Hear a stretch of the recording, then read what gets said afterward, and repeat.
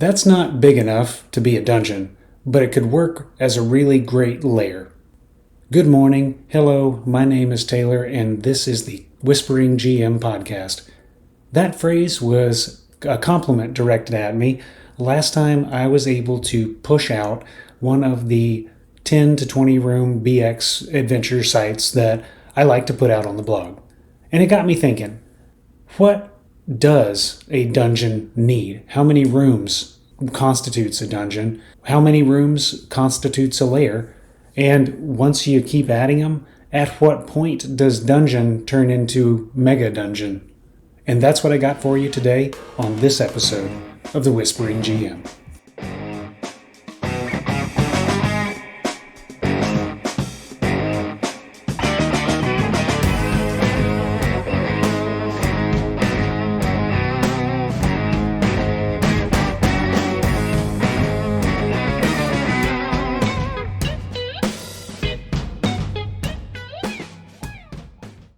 How big should a dungeon be?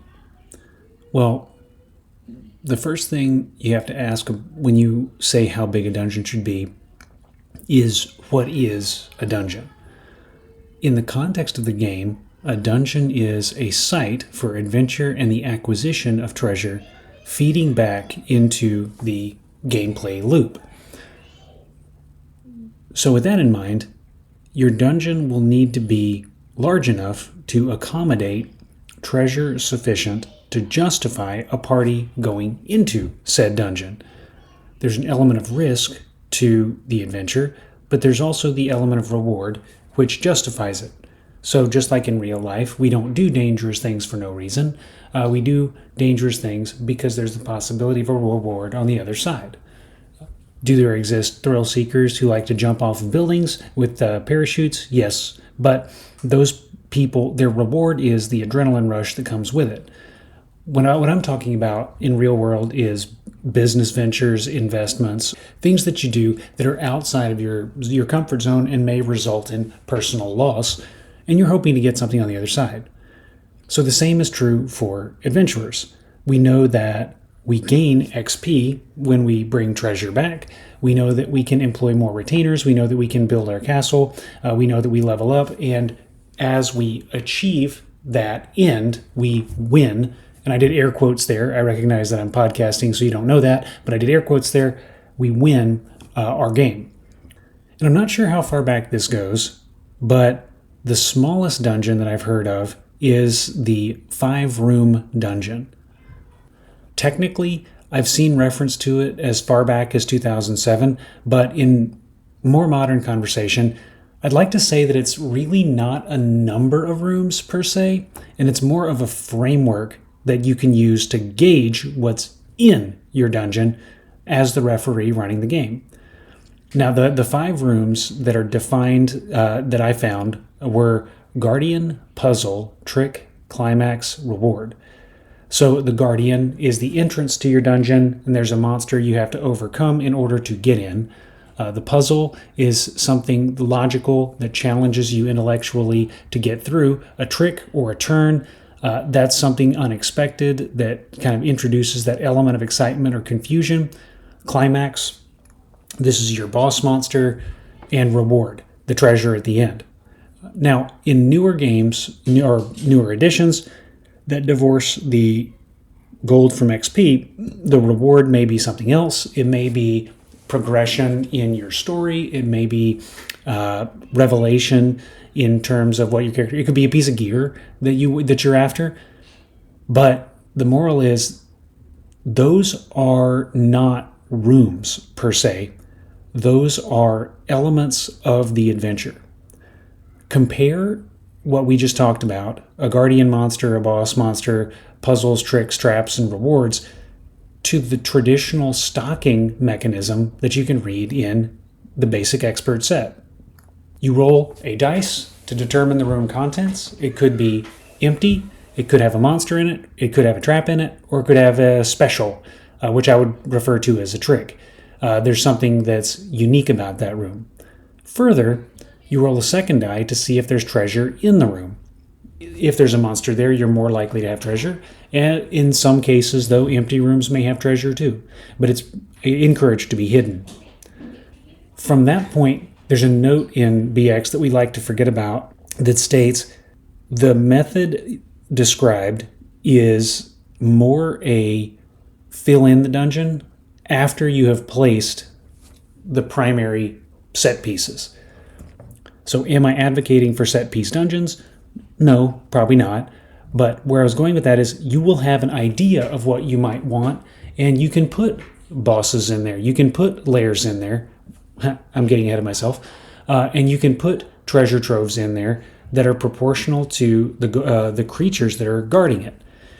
So the 5-room dungeon is not a new idea. The 5-room dungeon is a checklist that shows you these are the elements of an adventure, a classic adventure, that you should include when designing a dungeon to keep your players challenged, to keep their, what's the expression I'm looking for? Call in and tell me the expression I missed. But with that in mind, 5 being not a room guide, how big should your dungeon be? Honestly, it kind of depends, because you're looking at a con module. Con modules can be as small as 5, but can be as big as 20 rooms, and they're usually not much bigger than that. And the reason they're designed that way is so that you can clear them, to use video game terms, but in our tabletop terms, so you can finish, so you can accomplish the goal, you can get the main treasure, you can move through the main point of the dungeon in a single session, so between 3 and 6 hours of play with strangers. If your goal for a dungeon is to be able to get through it in a session, then probably 5 to 20 rooms is where you want to be. Some groups move faster than others, so you gauge it to taste. So we've established the dungeon itself should be no fewer than 5, because at that point it's just a hole in the wall, but probably no more than 20, because at that point it's a multi-session delve.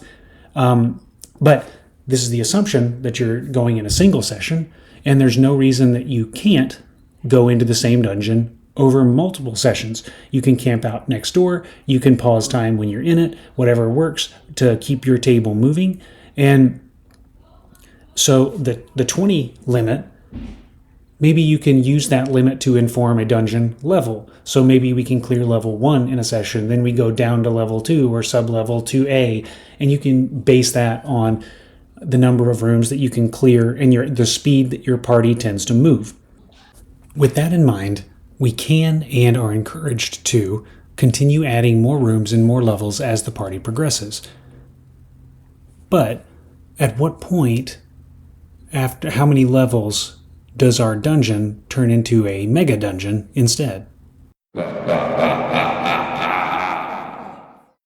How big should a mega dungeon be?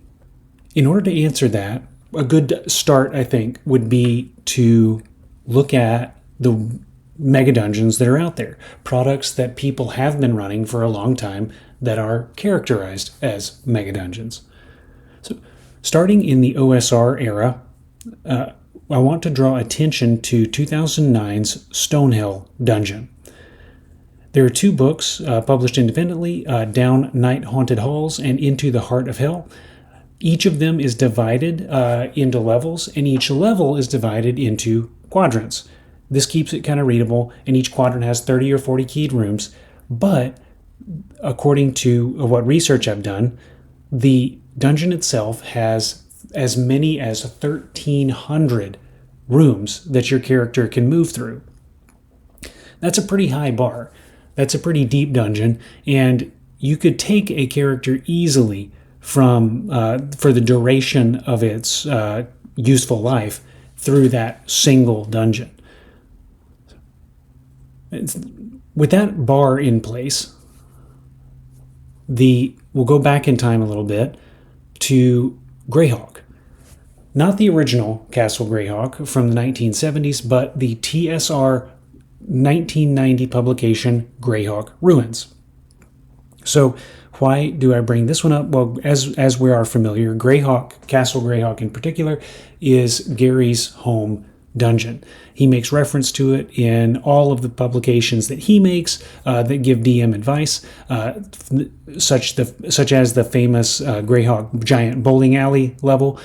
But that dungeon he ran at home, and I don't believe it has been published in its entirety. What we do have, we have WG7 1988 Castle Greyhawk. We have the 1990 Greyhawk Ruins, which is what I'm going to talk about. And we have a World of Greyhawk campaign setting from 1980. If you're interested, there's also Castle Zagig, published by Troll Lord Games, which you can find from 2005 onwards. All of these are based on Gary's original design, but does not reflect the Castle Greyhawk that Gary ran in 1972 as part of his playtest for the original game. So we have the basics of what Greyhawk is, as well as the bigger picture of where Greyhawk is. But to zoom in Greyhawk Ruins, you have 1,000 or more room descriptions. These room descriptions are spread out among 26 dungeon levels. So again, not quite as big as Stonehill, but that's a deep dungeon. Again, that is a lot of adventure that your party is not going to need to come out of. You can make an entire career out of delving into those ruins. And from here, we can think about the earlier dungeons. I mentioned Greyhawk was run by Gary at home in the 70s. What kind of examples do we have for mega dungeons in the 70s? Now, I mentioned Troll Lord, another publisher in the OSR space, Frog God. They republished a module from Judges Guild, Teagle Manor. In the original publication that came out in 1977, there's about 240 keyed rooms. With the Frog God Expanded Edition, it jumps over 250. But this is divided between 4 underground dungeon levels beneath the manor, as well as the manor itself.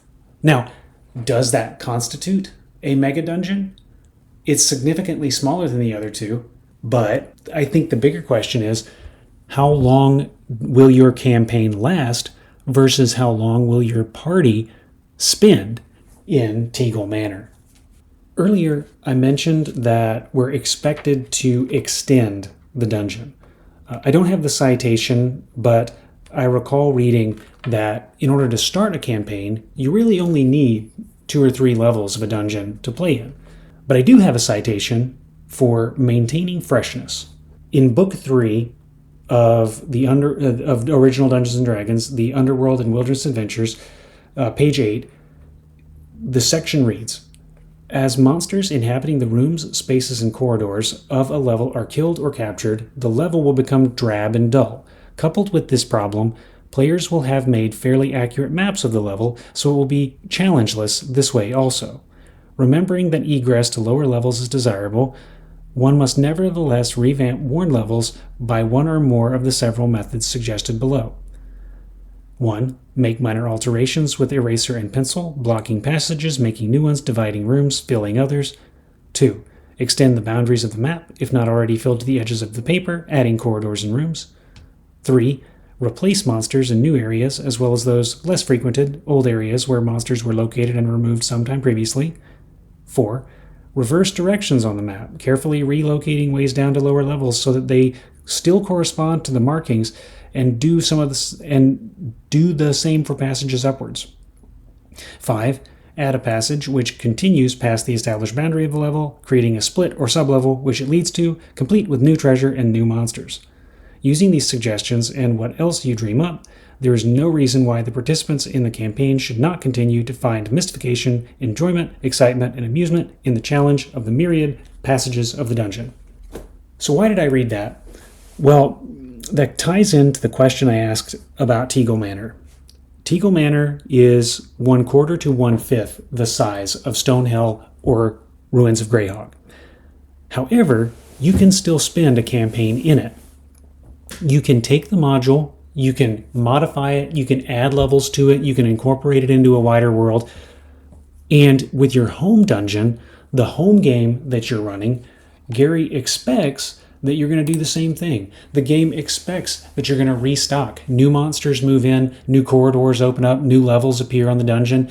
Whether that is you rationalize it with existing dungeon levels that were simply secret before, that someone has uncovered, maybe a rival adventuring party, maybe monsters have carved out a new area. Or if you want to go with the mythic underworld where the dungeon is a living thing and it's just growing. The rationalization is less important to the point than the assumption that the dungeon is not static. So fundamentally, the game was originally a dungeon crawler and war game. You would use the dungeon as a way to get resources to advance your character.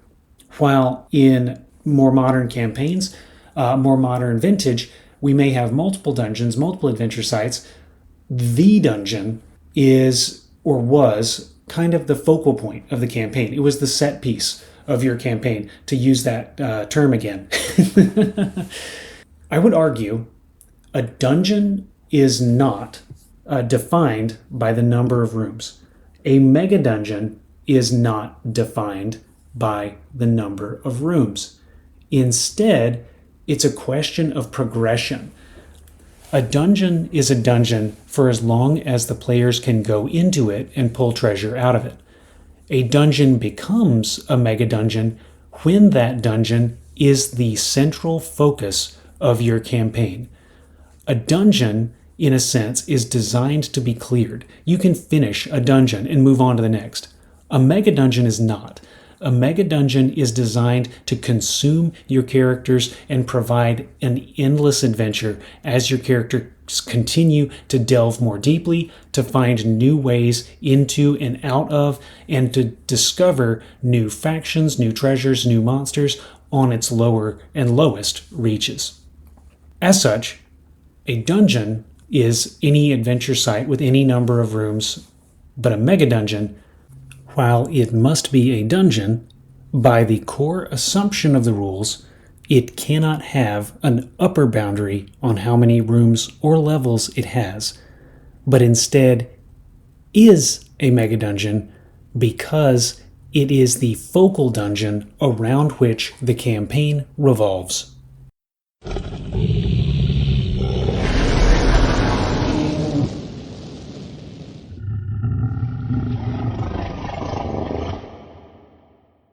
But you mentioned layers. Yes, I did. And I'll take a minute now to talk about what a layer kind of implies. This was the line that originally inspired this episode. When I share a dungeon map, sometimes I'll just draw BX dungeon maps for fun, and I'll put them out on the blog, and other people run them. Sometimes I get to run them, but it's a Zen thing for me. And it was called a good lair, but not a proper dungeon due to size and complexity. Now, I can see where the guy was coming from. It was like 8 to 12 rooms usually is what I'll put in those. At the core of it, though, I would argue a layer is not defined by the number of rooms or whether it's a sub-level or what have you. A lair is where the treasure is. Now, going back to the dungeon stocking rules in both the basic edition of the game and the original edition of the game, treasure is given out in types, A, B, C, up through H. Each monster is also given a percentage value of being in lair. Now, why is this important? Well, because that's where they keep the treasure. In video games, you have what is called the loot piñata problem. So you kill a spider in the woods, the spider in the woods drops a sword and some gold. Why would he have sword and gold? It doesn't make sense. That did not happen and does not happen in old school editions of the game. So instead, some monsters will have treasure they carry, but it's usually a pittance compared to the amount that is in their lair. The assumption when you are in BX stocking is that you're going to use the lair treasure when it's the home base of what you're going at. Most monsters walking around aren't going to have any. How big then should a lair be? Well, like dungeon and mega dungeon, a lair is not going to be defined by the number of rooms. 2 to 8 ghouls that you encounter is going to require a lot smaller an area for them to lair in than 30 to 300 goblins. So when you're in the wilderness adventure portion and you encounter 300 goblins, a lair for them could be a whole multi-level complex. By contrast, those 8 ghouls can live in one single room. So a dungeon can have lairs in it, or a dungeon can be a lair in and of itself. That's what I tried to do with my Black Ziggurat module that I was running some folks through a couple of years ago. It was a lair in the sense that it was one cult there were multiple factions that were interplaying against each other, but it was one evil cult that was in there. But it was 4 or 5 levels and like 100 rooms or so. I forget. But the point was, it was not designed to be cleared in one session, but it was designed to be a lair. So where was the treasure? It was all over the place. It was in a couple different caches that were hidden. It was in the possession of several major NPCs in the form of magic items. But I digress from the main crux. If a dungeon can be a lair for larger groups, or a dungeon can contain one or more lairs for smaller groups, can a mega dungeon do the same? Absolutely. It's easy for a large group to have a level or two as a lair, a sub-level in a mega dungeon. Think of the Lost City. There's a whole city underneath the temple in B4. But Moria, think about Moria from The Lord of the Rings. Is that not the lair of the Balrog? So his minions are all those orcs. There may be factions within them, but he is the end-all, beat-all boss of Moria. It's a huge dungeon, but it is at the end of the day, it's his lair. So during the Balin expedition, you could argue there was also a dwarf lair before he kicked him out. But again, that kind of speaks to it can contain multiple. So with that in mind, this short kind of conclusion-y area, a dungeon and a mega dungeon are both adventure sites. A lair is a subset of where you encounter monsters. A dragon may have one in a cave, a ghoul may have one in a crypt, a vampire may have one in a castle. A lair is just where the monster keeps his treasure, and the number of rooms should be logically proportional to the number of creatures that call it home.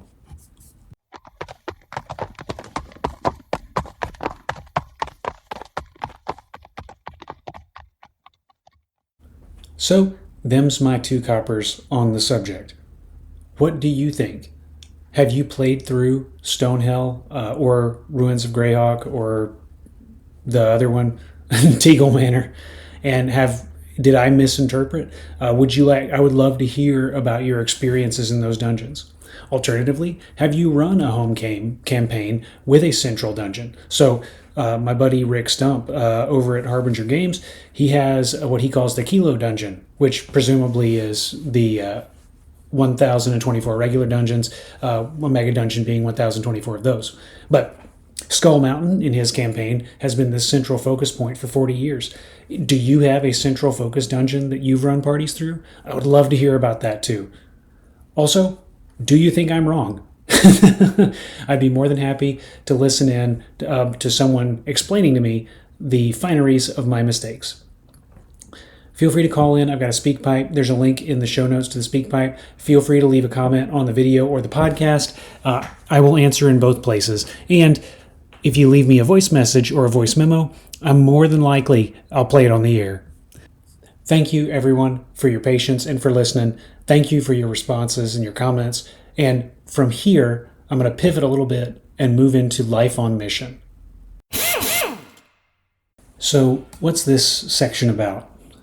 Well, the last season or so, I've been trying to devote the last few minutes of the podcast to the Spirit. However God leads me to try to speak life on this little platform that I have in the little corner of all the big platforms.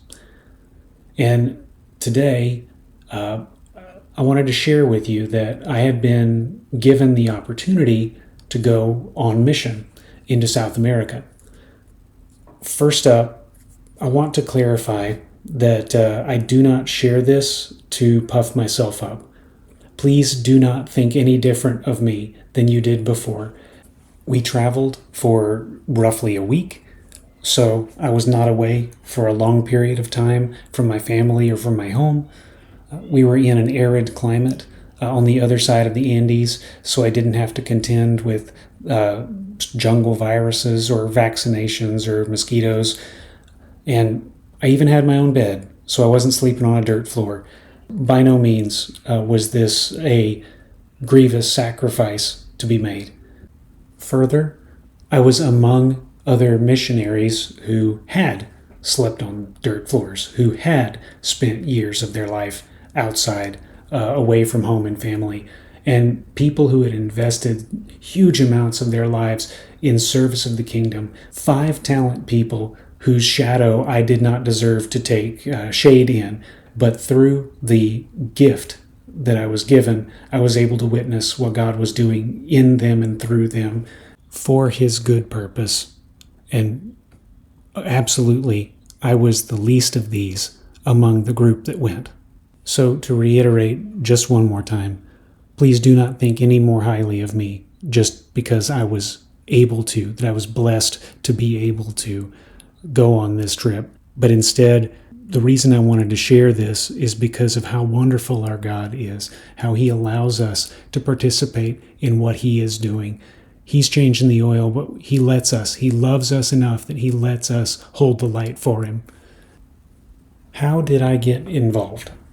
So the trip that I was party to was one of several sent out by the church, which I call home. We have a handful of mission partners who work with the church to organize moving and mobilizing the body. And I had prayed over the list, and this one stood out. After I signed up, I learned that the organization operates in a couple countries. Its primary focus is to light the gospel and to use that gospel to fight and prevent human trafficking. I don't want to name the mission partner directly, just because I'm not sure if they want to be associated with Dungeons and Dragons. But suffice to say, a group of us going to our same church signed up together, as well as a handful of people from the community who knew members, and they go to other churches, but just signed up through the same infrastructure. We were down for a week, like I mentioned before, and having gone through this testimony for my men's group, it'll take me probably half an hour, 45 minutes to speak through this. But what I'm planning to do is I'm going to divide it up. Today, I'm just going to tell you about the first day or two. Keep this episode, reasonable length. And if you like it, then I'll be back next episode telling you about the next couple days. And if not, next episode, you can just skip the benediction. No harm, no foul.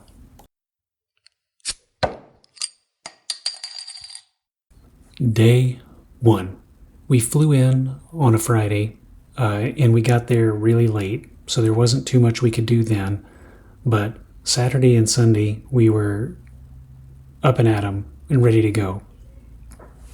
The first couple days focused on the preventive side of the house, where we worked out of a community center in a poorer part of town in the mountains outside of Lima. The community center that we helped with offers almost like a VBS style program where they bring in kids of all ages, younger ones, elementary age ones, and then some high schoolers. And they speak life into them, and they do activities to keep them busy, and they feed them to ensure a little bit of food security to the best of their budget's ability for people who otherwise would be bereft. One of the things I would go on to notice is a couple of the kids I would see for day in and day out would be wearing the same outfit day in and day out. And that's not because they, like my kids, have a particular shirt they like, but it's because they did not have another shirt. They did not have another outfit. And one of the peculiarities of architecture, there's no such thing as building codes. So the majority of the construction is concrete superstructure and brick masonry to wall it in. But the person who owns the property doesn't necessarily have the money or know if they want to put another floor on top when they do. So they will leave rebar just sticking up out of the concrete. So you'll see buildings with what look like spiky hair coming at a distance. Nope, that's just future planning. And so a couple people lived in houses that did not have roofs. They would be on the upper story. They would have 3 walls maybe, and you have a view down to the street from that missing third wall. They just they didn't have the money to put the brick in yet. And then they would have a pop tent, kind of like the ones you might have if you do a beach day where you're doing a barbecue on the beach and you want to get a sunshade. And they would have that, and then that was their home. That's where they lived. Those people would come down to the community center, their kids would, and I got paired off with the elementary age school, so 4 to 7, which fits because that's about the age my kids are. And so we played games and we fed them and we did. And then after everybody went home, we got ready for the next day, where some of the other guys or some of the other people worked on painting a room, setting up furniture, setting up a small library. I'll speak to that in a bit. But what I ended up doing to help was helping to segregate some medicines. Because on the second day we went out, a local doctor and a local dentist came out and sat in a tent and spoke to some of the people in the community. They don't have a way to get in town to see a doctor. They don't have money to pay a doctor or to buy the prescriptions. Those 2 local Peruvian practitioners came up and donated their time, gave away a lot of free medicine. And again, while that was going on, while people were waiting to see them, I played with kids. I was still hurting a little bit because I was recovering from surgery. Again, things will come up later, but I was giving out toys and we had bracelets. I was only supposed to give out 1 per child because there were a lot of children and we had a finite supply of toys. So I was giving out, 2 or 3. But but I'm pretty confident. We had these pretty little bracelets that someone had brought that were beaded, and little girls loved. They ate those up. I'm pretty confident. I saw one little girl come up with a ponytail, and she asked for the bracelet, and I gave it to her, and I told her Jesus Salva. And then the same little girl came up later without the ponytail, and so I gave her another bracelet, Jesus Salva. So a little fake mustache gag going on there. 50% I may have misrepresented what the child looked like, but 50% they just pulled the fake mustache, which is funny enough to justify the event. And we had a couple of girls come over, and we had a whole bunch of small plastic Jesus figurines. They're all over the place in my part of the world. You'll find them like on Jeeps. You'll find them in random museums. They'll be left out. People will find them. They're like maybe half an inch tall. They call them Jesucitos, which is funny to me. So I was giving those out and telling them that Se ama. One little girl had came back 4 or 5 times, and at that point it's like, I might be getting in trouble now, and I'm thinking about talking to her. But then I watch where she goes.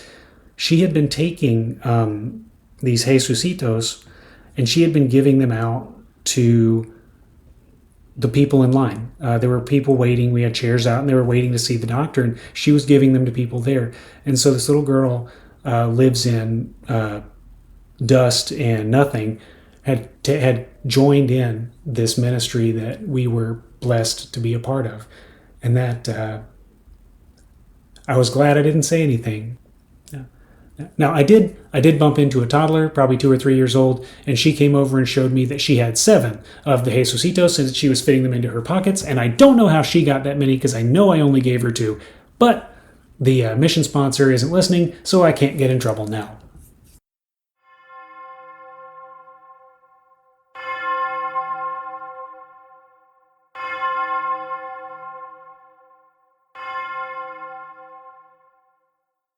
The community center and the children's program is a focal point that the mission partner works in. And the idea is to use the gospel to alleviate some of the poverty and other conditions that could cause a young adult or child to be targeted for trafficking. Because the traffickers will often pretend like they're doing you a favor. I can take you out of this and bring you to a better life in the city, and then that better life isn't better at all.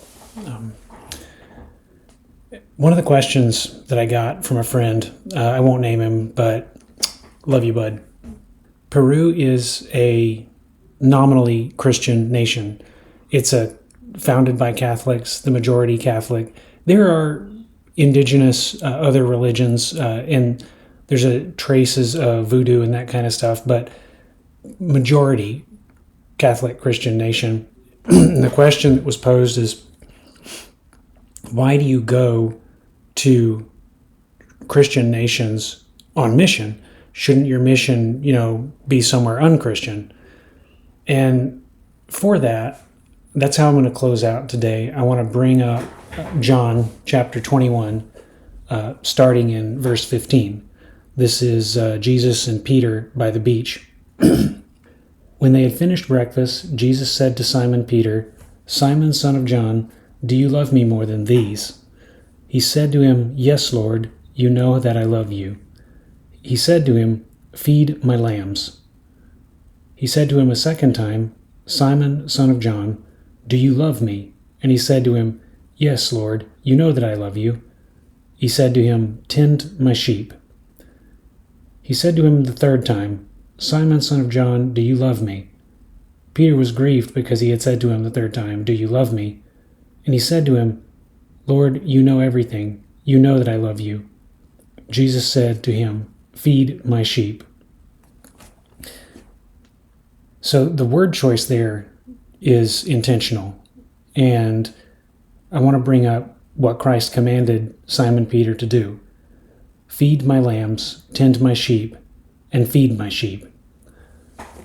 I looked it up in the Greek. I'm not a scholar. I just have access to Strong's Greek lexicon and Bible Interlinear. Feed my lambs. The word lamb is for a youth, a young sheep. And in this case, it's a reference to the young believer, be it someone who is physically young and being brought up in the faith, or be it someone who has heard the gospel for the first time and is being introduced into our life, into the life abundant that Christ offers. So feed my lambs is to teach the fundamental gospel to those people who are young in Christ. Next, tend my sheep. Sheep is the word for an adult sheep. And to tend them, that is to watch over people, to take care of people who are faithful among you, people who are grown in the faith, people who are mature in their faith. First, don't let them stray. Keep them in the gospel. And second, watch over them, take care of them, and be a family to each other. And then lastly, feed my sheep. Sheep again, the adult variety, and feed again. In this case, we have to go back to basics. This is why you see professional golfers at mini golf courses or major league sluggers in batting cages, because you can't lose the fundamentals. No matter how advanced you are in anything, if you lose the fundamentals, you lose everything. And so why do we go on mission to places where Christians are already? Well, in this case specifically, we were feeding lambs. We were doing our best for these young kids, to bring them up in understanding of how much God loves them and how they can trust Him to provide, to pour out until there is no more need. And if we have an adult or two come along as instead. I know 99 righteous people who will receive less accolades coming into heaven than the joy and the rejoicing that will happen when that one sinner repents. Yep, and that's my story, at least enough story for today. Thank you for listening. God bless. And between now and when we talk again, delve on.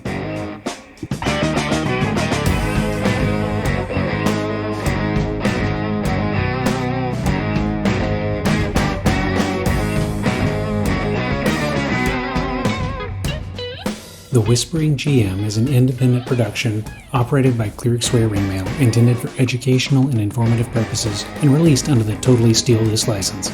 Some sound effects are retrieved from Pixabay, made available under Creative Commons Zero.